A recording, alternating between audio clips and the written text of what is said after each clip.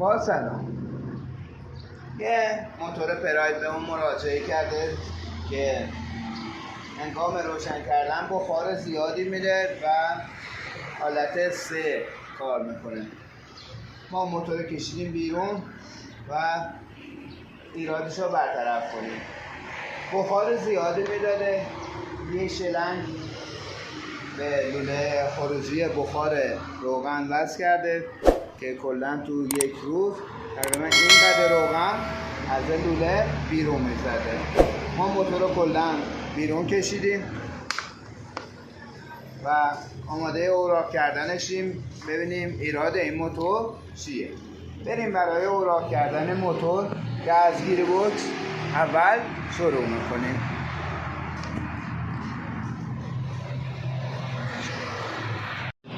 استارت گیر بوکس اول باز میکنیم با بوکس 14.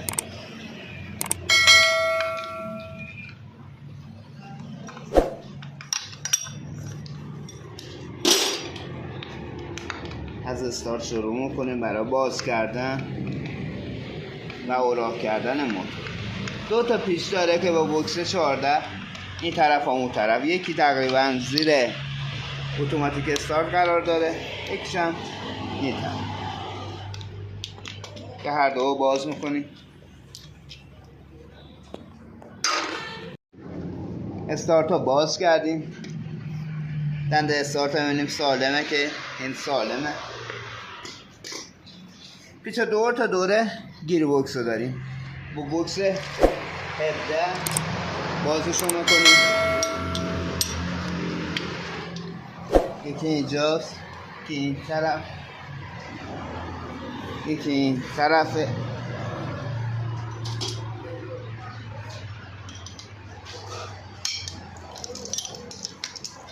یکی هم این پشت که این موتور پیچشو نبستم، خودمون بعد یه پیچ اضافه میکنیم بهش.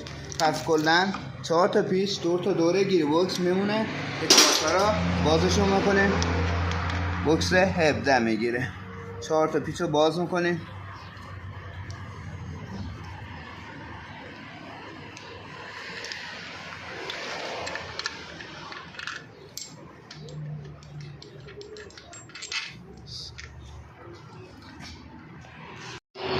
پیچ‌های دور گیری بوکس ها باز کردیم کاملا.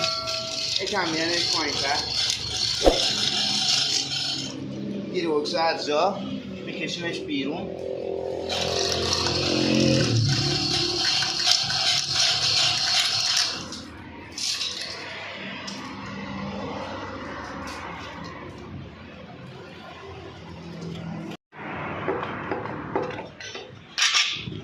گیر بوکس ها آزادش میکنیم.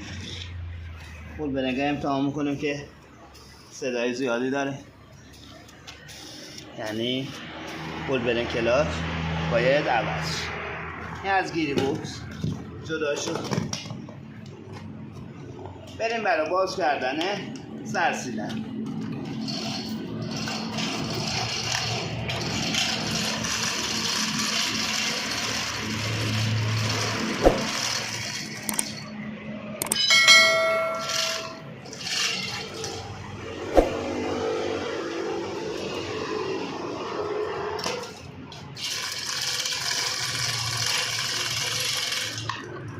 کلن آزادش میکنه موتور.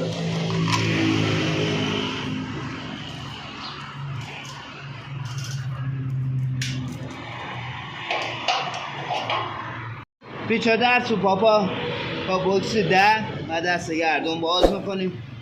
6 تا دونه پیچ 2 تا دوره در سوپاپ قرار گرفته که 6 تا پیچا باز میکنیم. یه دونه رقابت اسم تیما در سوپاپه، اونم بازش میکنیم. در سوپاپا کلن برش میده. قابت اسم تیما داریم، باز میکنیم. یه پولیه با ترکون اینجا قرار گرفته. با بوکس دست گردون بازش میکنیم. 3 تا پیچ داره که کاملا 3 تا پیچ رو باز میکنیم.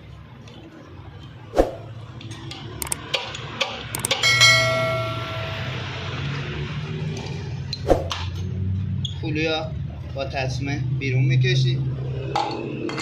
پیچ ها قاب رو باز میکنیم.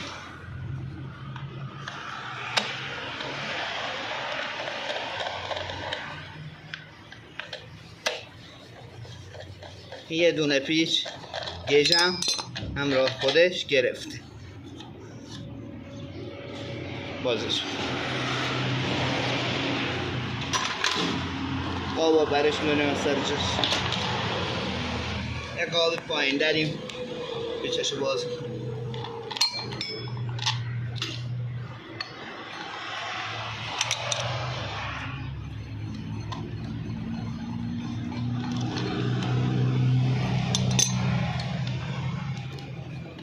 این هم از قاب. بریم منیفول دود رو باز کنیم و منیفول هوا رو، آخرم پیچای سسلن رو باز کنیم. پیچا منیفول دود رو کاملا بازشون میکنیم. بکس 12 میگیره ازشون.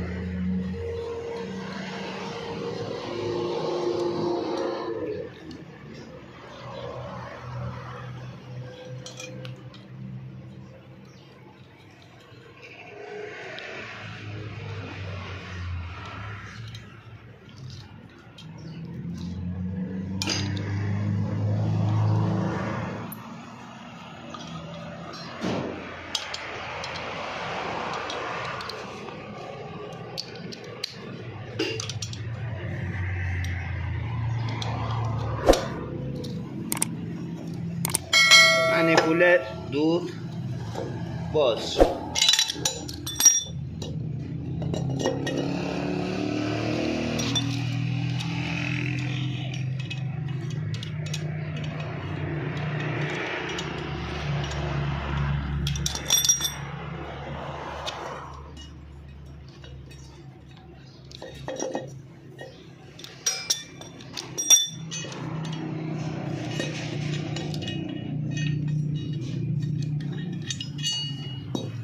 از منیفول دود. منیفول هوا رو داریم. 4 تا پیچ یه بالا داره، 4 تا پیچ هم دقیقا زیر منیفوله که هر 4 تا رو بازشون میکنیم. بریم برای باز کردن. پیچ منیفول هوا رو با بکس 12 کاملا بازشون میکنیم.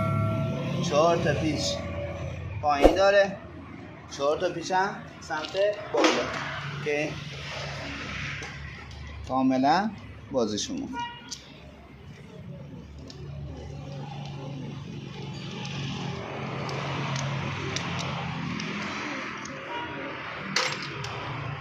این موتور کاربراتیه، پس یه سیفون بنزین هم این کنار داره یا هم پمپ بنزین این کنار داره.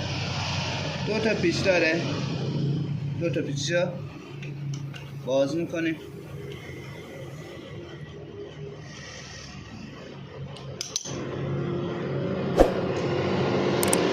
سیفون آزادش با احرام کردن زیر منیفول هوا رو جدا میکنیم.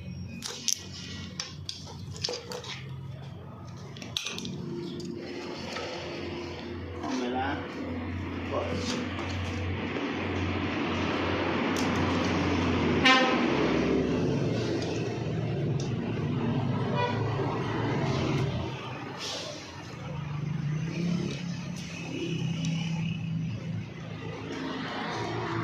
پیچای اسبکاره داریم باز کنیم چون اوراق کامل میشه.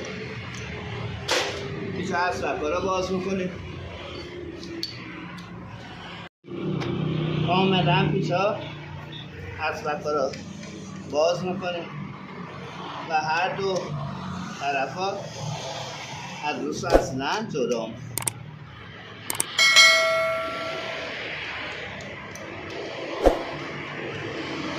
با بوکس 12 کاملا چرا آزاد.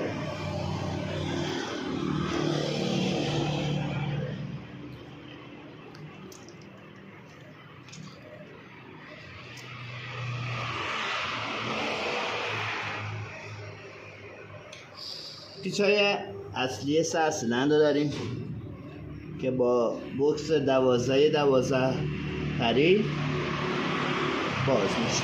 بریم برای باز کردن پیچ‌های اصلی سرسیلند. پیچ‌های سرسیلند رو کاملا بازش می‌کنه. 10 تا پیچ داره که با بوکس 12 پخی بازش می‌کنیم. کاملا باز میشه. پیچاشو بیرون میکشیم همراه یه واشه. همشون یه دونه واشه را دارن. پیچا با واشه بیرون میکشیم.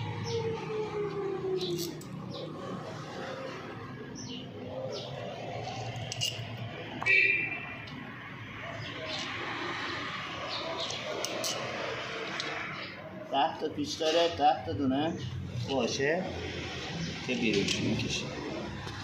سرسیلند کامل پیچاشو برداشتیم، با کالیبر اهرم میکنیم. سرسیلند جدا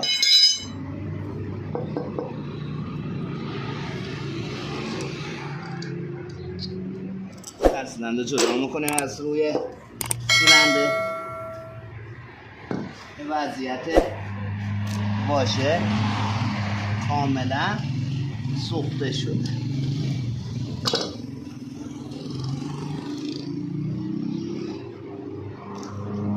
بریم سراغ خود سیلند. یه دینام داریم، یه پای کولر، یه کولر. این 3-4 تا قطعه دیگه هم باز کنیم. پیچ‌های دینامو باز میکنیم. یه پیچ که با آچار 12 باز میشه سمت بالا. یه پیچ هم این پایینه دینام هست که با آچار 14 بازش کنیم. دینامو بیرون میکشیم.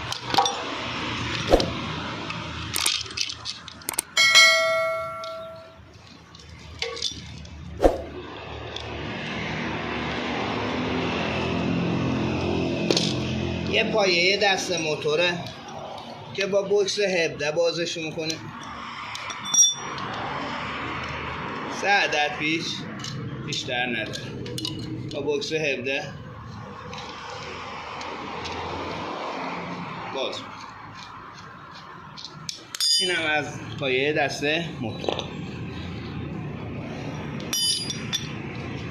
یه پایه هرزگرد کولر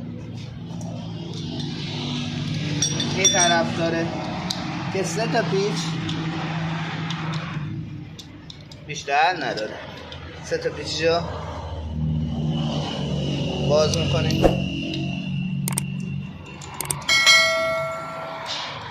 این هم عرضه پایه هرزگرد کولر. خود کمپرسور کولر داریم که با بوکس 14 کاملا بازش میکنیم.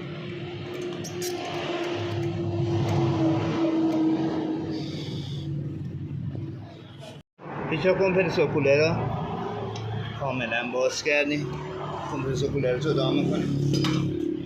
خود پایه کمپرسور کولر هست 1 2 3 4 تا دونه پیچ داره که با بوکس 14 بازش میکنیم.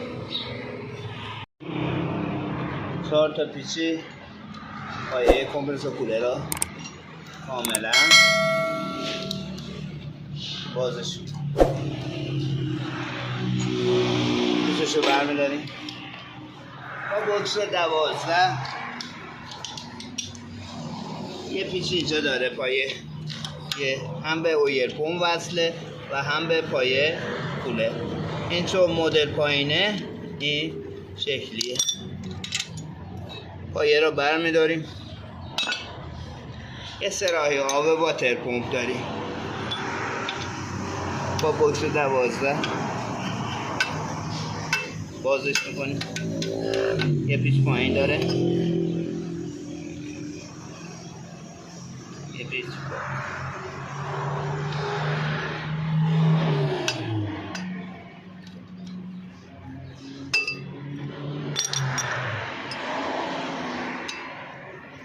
یه طرف به رادیات میخوره، اینجا به لوله فرعی آب میخوره، این طرف هم که به واتر. کاملا بازش کنیم. میریم سراغ کولی سر میلنگ و قاب و واتر پمپ رو صفر کنه تایم موتور. اینا رو هم باز کنیم و بریم سراغ قطعات بعد. کولی سر میلنگ رو با آچار 21 بازش میکنیم. کولی جداش میکنم.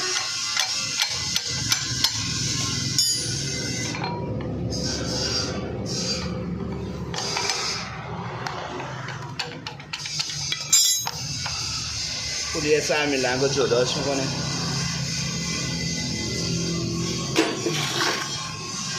قاب پایین تسمه تیمه که از قبل پیچشو باز کرده بودید جداش میکنیم.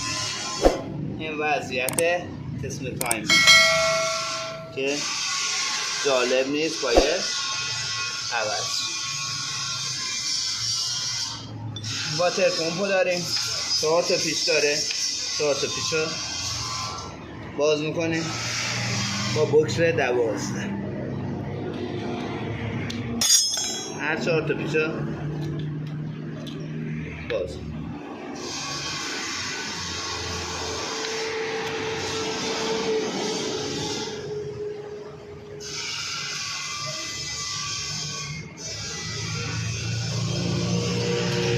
واتر پمپو جداش میکنیم خاطر آب معمولی ریختن تو موتور زنگ زدگی و خوردگی زیادی پیدا کرد. این هم از واتر پمپ. صفر کنه تایم ما داریم تو با بوکس 12 بازش میکنیم که فنر قرار گرفته به پایه اویل پمپ و این طرف هم که با پیچ بس. این هم جداش میکنیم. میریم سراغ دیکس و صفحه و فرابیل که این طرف قرار گرفته. دیکس و صفحه را با بوکس 14 بازش میکنیم. کلا 6 تا پیچ بیشتر نداره. هر 6 تا پیچ رو با بوکس 14 باز میکنیم. هر 6 تا عدد پیچی دیکس و صفحه را کاملا باز میکنیم. با یه دوستو اهرام میکنیم. صفحه به راحتی بیرون. این هم از وضعیت صفحه که خوردگی زیادی داره. فرابیلا داریم 6 تا پیچ داره که با بوکس 19 باز میشه. بریم 6 تا پیچ رو باز کنیم. هر 6 تا پیچ با بوکس 19 ما باز کردیم.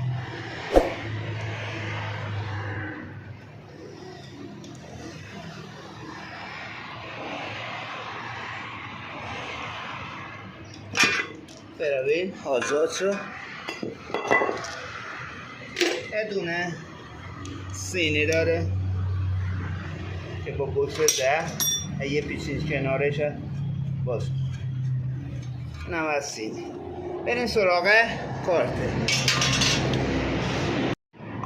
پیچا کارتلا با بوکس 10 بازشون میکنیم. دور تا دور کارتل پیچ که با بوکس 10 ما کاملا بازشون میکنیم.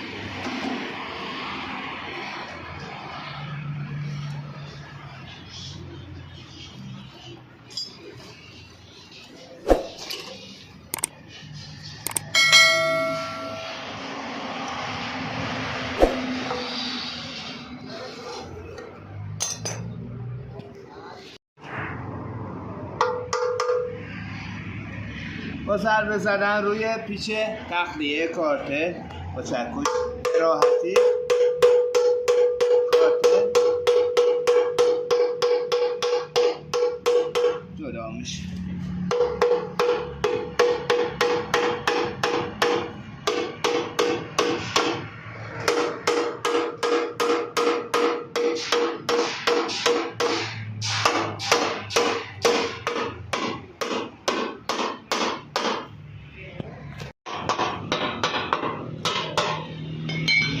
ضربه چکور کارتلا جدا شد. یه توری اویل پمپ داریم که با بوکس 10 بازش میکنیم. یه پیچ اینجا داره، یکی هم اینجا.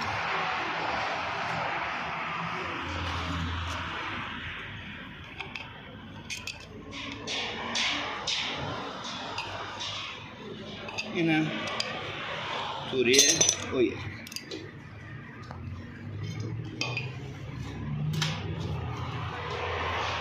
یه سینی داره که کاسونمد عقب موتور گرفته، با بوکس 10 بازش میکنیم.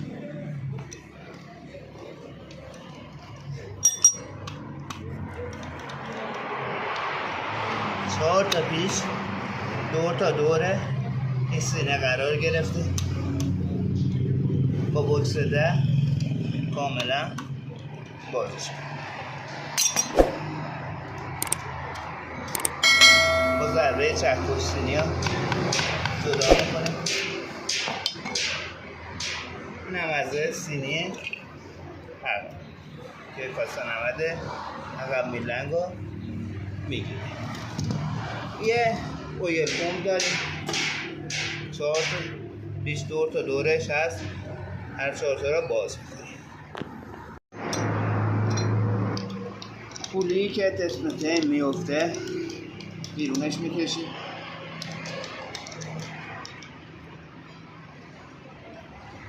پیش 2 تا دوره اویل پمپ داریم که با بوکس 12 بازشون میکنیم.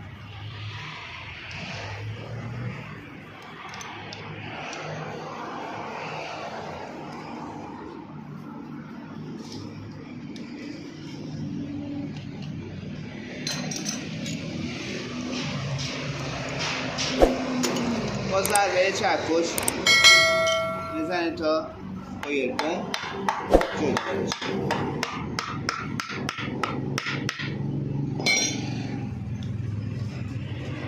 اویل پمپ رو بیرون میکشیم.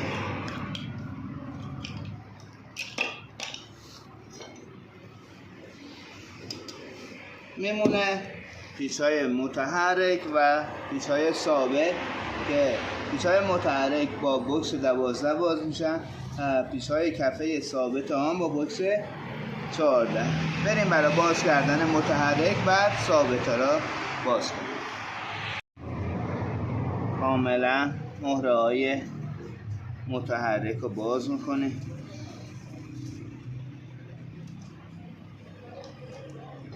با ضربه چکش جدا شد. کفه ها رو برمیداریم.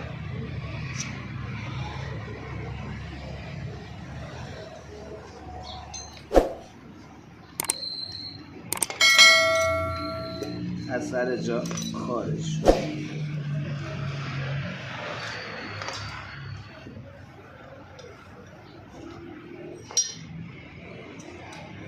میزنیم از این طرف، هر 4 تا پیستون اومدن بیرون.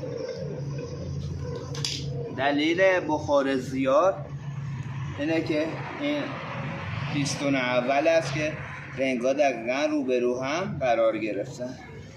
بریم اون ست دیگه رنگ بیرون بکشه و ایرادش ها دقیق‌تر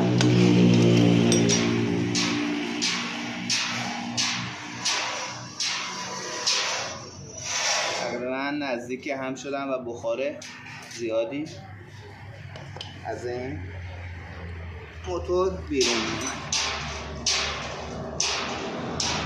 این دوتا رو هم باز میکنیم.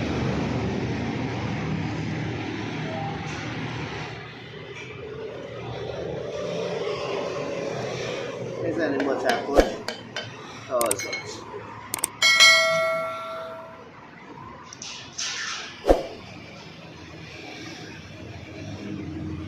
یا تاقان‌های سابیدگی زیادی داشته.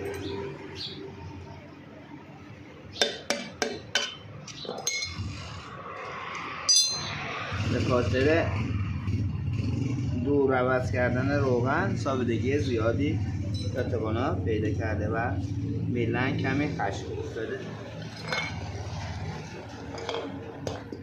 این دوتا پیستون هم بکشیم بیرون. ایراد اصلی که بخار زیادی میداده مال این پیستون بوده.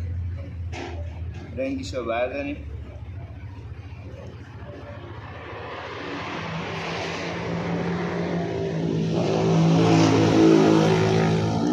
هم شکستگی این رنگ ایرادش که از کلن جامپ کرده. شکستگی این رنگ معلومه شیارش زیادی پیدا کرده و شکسته شده. شکستگی خود پیستونم هست که این موتور بخار زیادی داشت.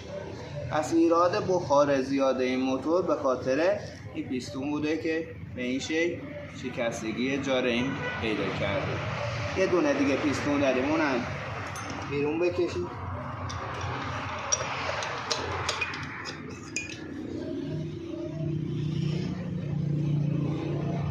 اینم تقریبا نزدیک هم شده شیاره، ولی ایراد اصلی و بخار زیاد این موتور به خاطر و روغن بالا دادن موتور به خاطر این پیستون بود.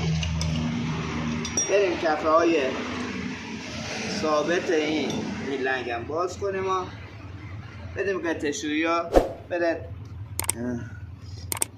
پیش تراشکار تا تراشش رو بزنه دا باز ما ببندیم. بریم کفه های ثابت رو باز کنیم که با بوکس 14 باید باز شد. کفه ها را از جا بیرون میکشیم. خوردگی زیادی میلنگ پیدا کرده، خش زیاد خش زیادی. هر 5 عدد کفی ها بیرون میکشیم. میلنگ ها جدا. دو تا بغلی تاگانی بند شماره 4 هست که بیرون میکشیم. تا تاگانهای قدیمی جدا میکنیم. آماده شستشو حساب بره دست تراشکار. این هم از آموزش امروز و ارزیابی این موتور که به خاطر شکستگی این پیستون بخار زیادی از این موتور بیرون اومده و به شدت روغن سوزی پیدا کرده بود.